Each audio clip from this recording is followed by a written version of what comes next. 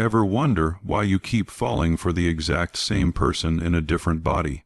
You tell yourself it was coincidence, timing, bad luck, fate with a cruel sense of humor. Yet if you become very still for a moment, if you stop defending the story you've repeated to yourself for years, another possibility quietly appears. What if your heart is not choosing freely at all? What if every overwhelming attraction is following instructions you never consciously wrote? What if, long before you ever learned the language of romance, your unconscious had already decided what love was supposed to feel like? You believe you are searching for someone new, but beneath your awareness, something ancient is searching for something familiar. And familiarity has a strange disguise. It rarely feels peaceful. It feels magnetic. It feels impossible to ignore. It feels like electricity moving through your body before your mind has even caught up. You call it chemistry. Your nervous system calls it recognition. Notice something. There have probably been moments in your life when you met someone who was kind, emotionally available, calm, patient, and genuinely interested in you. Nothing was wrong with them. In fact, they possessed many of the qualities you once prayed to find. Yet something inside you whispered, "I don't feel the spark." At another time, someone unpredictable entered your life. Their attention arrived in waves. One day they admired you, the next they withdrew. They made you question yourself, chase them, decode every message, analyze every silence. Suddenly your heart raced, your thoughts became consumed. You could barely sleep. You told yourself this must be love, but was it? Or was your body remembering something your conscious mind had forgotten? There is a painful truth that almost nobody wants to hear because it challenges the romantic myths we have built our identities around. The strongest attraction is not always pointing toward your future. Sometimes it is pulling you back into your past. The unconscious mind has no interest in novelty. Its first priority is familiarity. Even painful familiarity feels safer than peaceful uncertainty because your deepest patterns were established long before you had words to describe them. As a child, you were not studying psychology. You were studying survival. Every glance from your caregivers, every silence, every criticism, every moment of affection, every emotional withdrawal, every unpredictable reaction. Your nervous system recorded them all without asking your permission. You did not simply learn what relationships looked like. You learned what love felt like, and that feeling became your internal blueprint. Imagine a child growing up in a house where affection appeared only after conflict.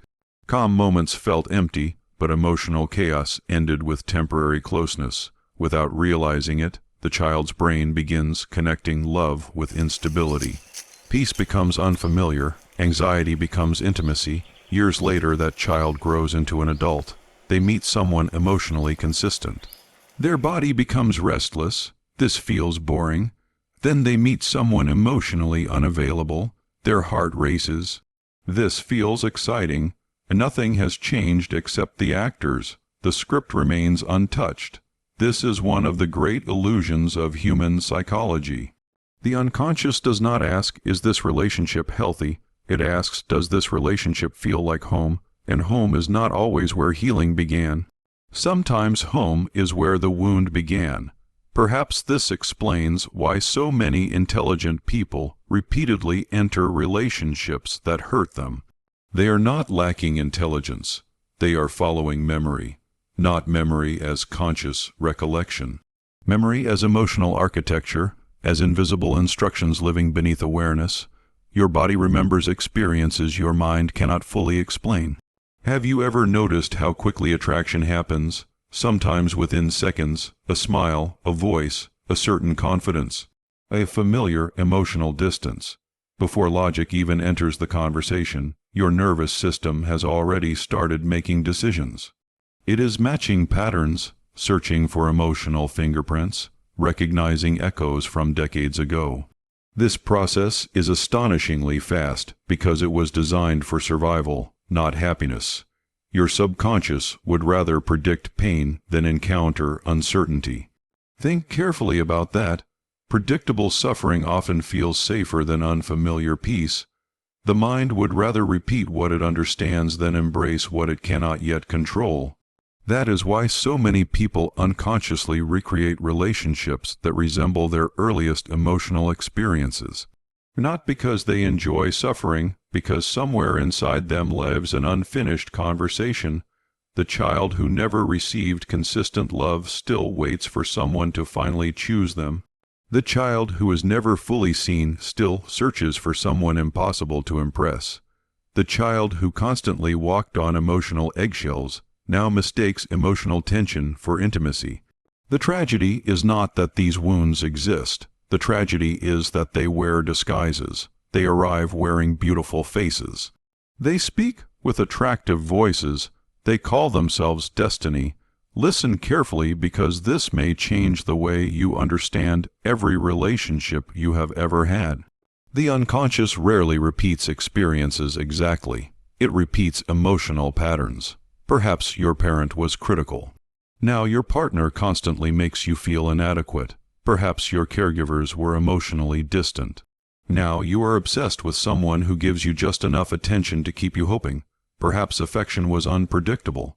Now certainty feels suspicious while inconsistency feels intoxicating. Different people, same emotional weather. The faces change. The wound remains. This is why many people leave one painful relationship only to enter another that somehow hurts in exactly the same way. They think they are choosing differently, but they are choosing through the same unconscious lens. Until that lens changes, every landscape appears the same. The mind does something remarkable when it encounters unresolved pain. Instead of avoiding it completely, it attempts to master it. This is where one of psychology's deepest mysteries begins.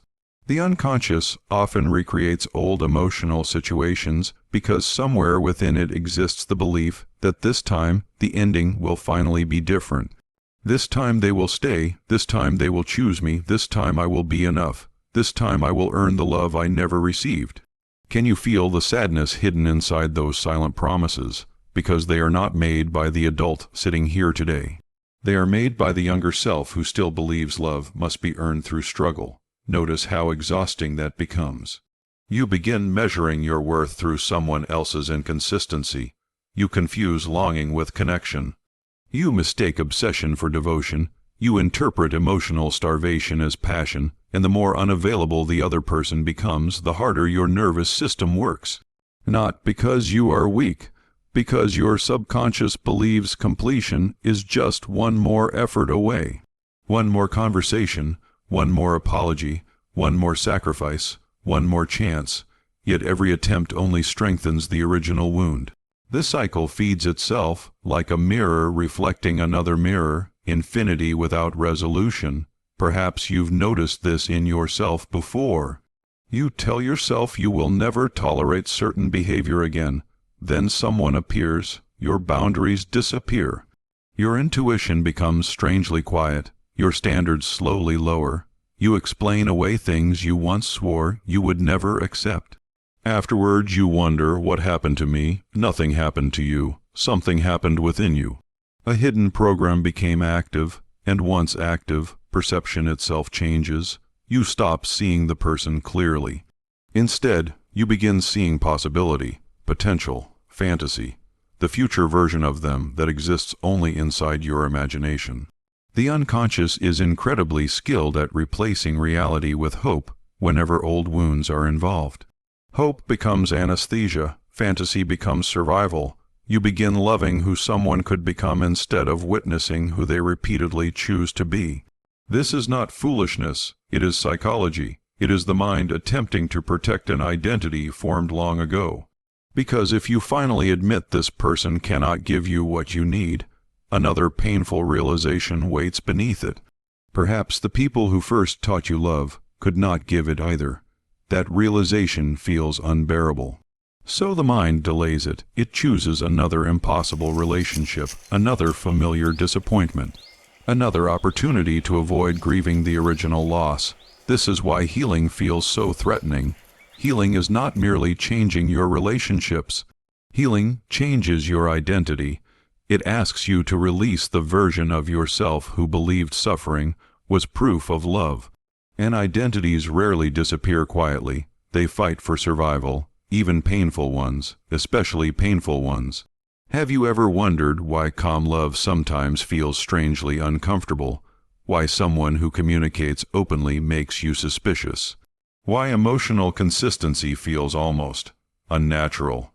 It is because your nervous system has spent years associating unpredictability with importance.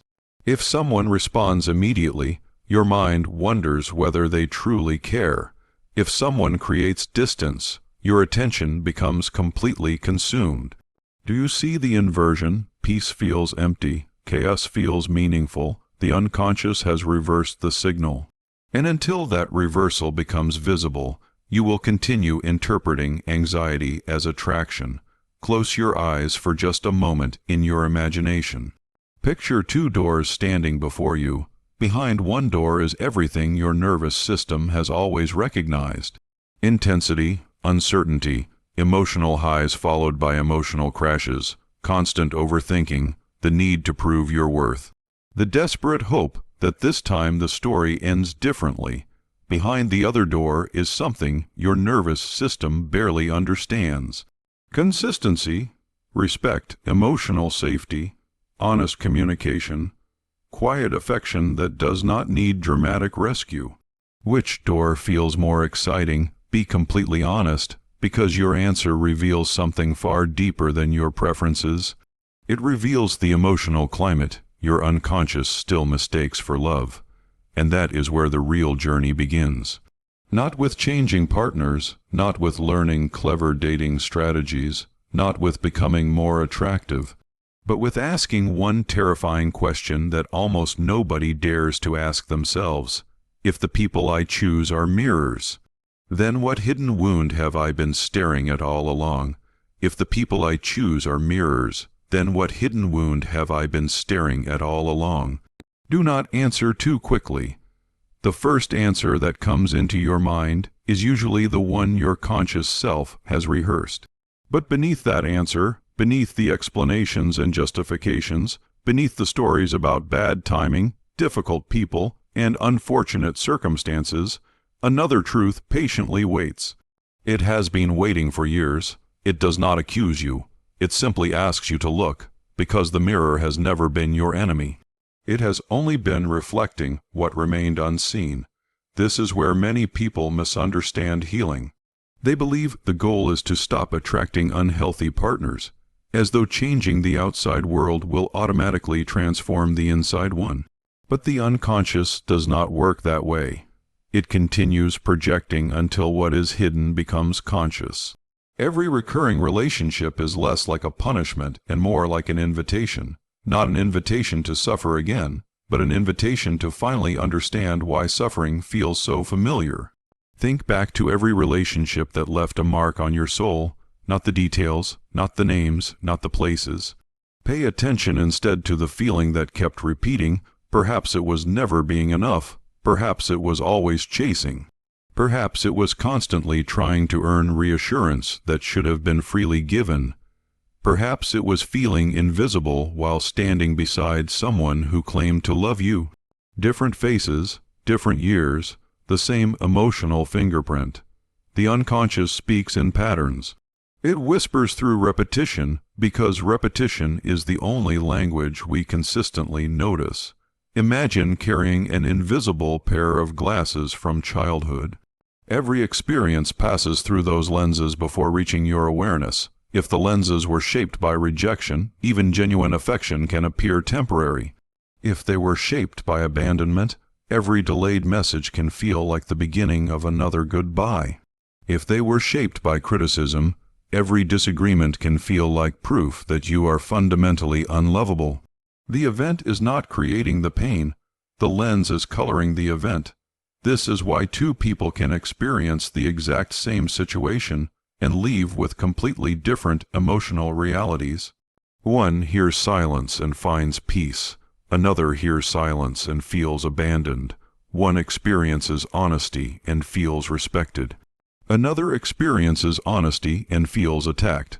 The unconscious is constantly translating reality according to the maps it created long ago. And perhaps the most dangerous maps are the ones we mistake for absolute truth. There comes a moment in every person's life when they realize they have been asking the wrong question. Instead of asking, "Why do I always attract emotionally unavailable people?" the deeper question becomes, "Why does emotional unavailability feel emotionally significant to me?" Instead of asking, "Why do people keep leaving me?" the deeper question becomes, "Why do I believe I must chase those who walk away instead of recognizing those who stay?" Do you notice the shift? One question blames the world, the other illuminates the self. That shift is uncomfortable because it removes the illusion that your life is controlled entirely by chance. But it also returns something infinitely more valuable: choice, not the superficial choice of selecting different people, the profound choice of becoming a different observer, because the observer determines what feels attractive. The observer determines what feels safe. The observer determines which stories continue and which stories finally end. There is an ancient tendency within the human psyche to protect familiar identities at all costs, even identities built upon pain. If for years your identity has quietly whispered, "I am the one who must fight for love," then someone who freely loves you creates an unexpected problem. They threaten your identity. If your deepest belief says, "I am only valuable when I am needed," then emotionally healthy people who do not require rescuing may feel strangely distant. Not because they lack depth, because they do not activate your old role. The ego often mistakes familiarity for authenticity. It says, "This feels like me," but does it? Or does it simply feel like the version of you that learned how to survive? Survival is not the same as truth. Read that sentence again within your own mind. Survival is not the same as truth. Many of your emotional habits were brilliant adaptations. As a child, becoming hyper-aware of other people's moods may have protected you. Learning to stay silent may have prevented conflict. Pleasing everyone may have helped you receive moments of acceptance. These strategies were intelligent, necessary, beautiful in their own tragic way. But survival strategies become prisons when they continue long after the danger has disappeared. Imagine carrying an umbrella every single day because it once protected you during a storm. Years pass. The sky remains clear, yet you still refuse to put it down. Eventually you forget the umbrella is even there. It simply becomes part of who you believe you are. That is how unconscious wounds operate. They become invisible because they have become familiar. And what is familiar is rarely questioned. There is another illusion that quietly shapes countless relationships. The belief that if someone triggers intense emotion, they must be deeply important. But intensity is not always intimacy. Intensity often belongs to unresolved memory. Real intimacy grows differently. It unfolds slowly. It creates space rather than urgency. It allows silence without panic. It welcomes honesty without punishment. It does not demand that you abandon yourself to keep someone else. Yet, for someone whose nervous system has been trained by unpredictability, this kind of love can initially feel almost disappointing. There are no emotional roller coasters, no desperate guessing games, no endless decoding. The mind asks, "Where is the excitement?" The heart quietly answers, "Perhaps this is what peace feels like." But peace can seem foreign before it becomes familiar. That is why healing requires courage beyond what most people imagine. Not because you must fight another person, because you must gently disappoint the expectations of your own unconscious. You must teach your nervous system that safety is not boredom, consistency is not weakness, respect is not the absence of passion, and calm is not the absence of love. This teaching cannot happen through positive thinking alone. It happens through repeated experience. Every time you remain with reality instead of fantasy. Every time you believe actions more than promises. Every time you stop chasing what continually escapes. Every time you allow someone to reveal who they are without rewriting the story in your imagination. Little by little, the unconscious begins learning a new language, the language of truth. Perhaps the greatest act of self-respect is not finding someone who completes you. It is refusing to abandon yourself in order to keep someone else. Notice how revolutionary that sounds. Because many of us were taught, without anyone saying the words directly, that love requires self-erasure. Be quieter, be easier, need less, forgive more, accept whatever is offered, wait a little longer, sacrifice one more piece of yourself. Eventually, there is so little of you left that you no longer recognize the person staring back from the mirror. And still you wonder why love feels empty. Love cannot nourish the self you abandoned. The shadow understands this. The shadow is often misunderstood as something dark, shameful, or dangerous. But the shadow is simply everything you learned to hide in order to remain loved. Your anger, your needs, your boundaries, your vulnerability, your voice. Every time you rejected one of these parts, the shadow grew stronger. Not because it wanted revenge, because it wanted reunion. The shadow does not seek to destroy you. It seeks to make you whole. And this is why the partners you choose become mirrors, not because they create your shadow, because they reveal it.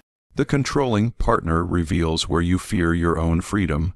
The emotionally unavailable partner reveals where you still seek validation from those who cannot give it. The critical partner reveals the harsh voice you quietly direct toward yourself every day. The manipulative partner reveals the places where you are afraid to trust your own perception. Every relationship becomes a classroom. Every conflict becomes a lesson. Every ending becomes an opportunity to recover another forgotten piece of yourself. When you begin seeing relationships this way, something extraordinary happens. Bitterness slowly transforms into curiosity. Instead of asking, "Why did this happen to me?" you begin asking, "What part of me was asking to be seen?" That single question changes everything. Because curiosity dissolves shame. Shame says, "There is something wrong with me." Curiosity says, "There is something within me asking for understanding." One imprisons, the other liberates. Perhaps the person who broke your heart was never sent to complete your story. Perhaps they arrived to expose the chapter that remained unfinished long before they appeared. Not everyone enters your life to stay. Some arrive carrying a mirror so precise that, for the first time, you can no longer avoid your own reflection. It hurts not because mirrors create wounds, because they refuse to hide them. And once you have truly seen the pattern, you cannot unknow it. You begin recognizing the old pull before it becomes another relationship. You notice your body confusing anxiety with excitement. You notice yourself inventing potential where there is only inconsistency. You notice the familiar urge to earn what should never require earning. And in that tiny moment of awareness, a new possibility appears, not the possibility of finding a perfect partner, the possibility of becoming someone who no longer needs pain to recognize love. That is the quiet miracle of transformation. People you attract may not immediately change, but the people you choose will, because the chooser has changed. The mirror has done its work. The wound no longer needs another actor to replay the same scene. The contract written in childhood is no longer unconsciously binding your future. A new agreement begins to form, one that says, "I do not need to chase what is willing to leave. I do not need to earn what should be freely given. I do not need to confuse emotional chaos with emotional depth. I no longer mistake the ache of old wounds for the call of destiny." And perhaps, for the very first time, you realize that love was never asking you to become someone else. It was quietly waiting for you to become someone you had forgotten, not the frightened child searching for permission to be enough, not the wounded self trying to rewrite yesterday through today's relationships, but the whole self. The self that understands the deepest truth hidden beneath every mirror. The greatest relationship you will ever transform is the one between your conscious mind and the wounded parts of yourself that have patiently waited, through every heartbreak and every illusion, not to be judged, not to be fixed, but finally to be seen.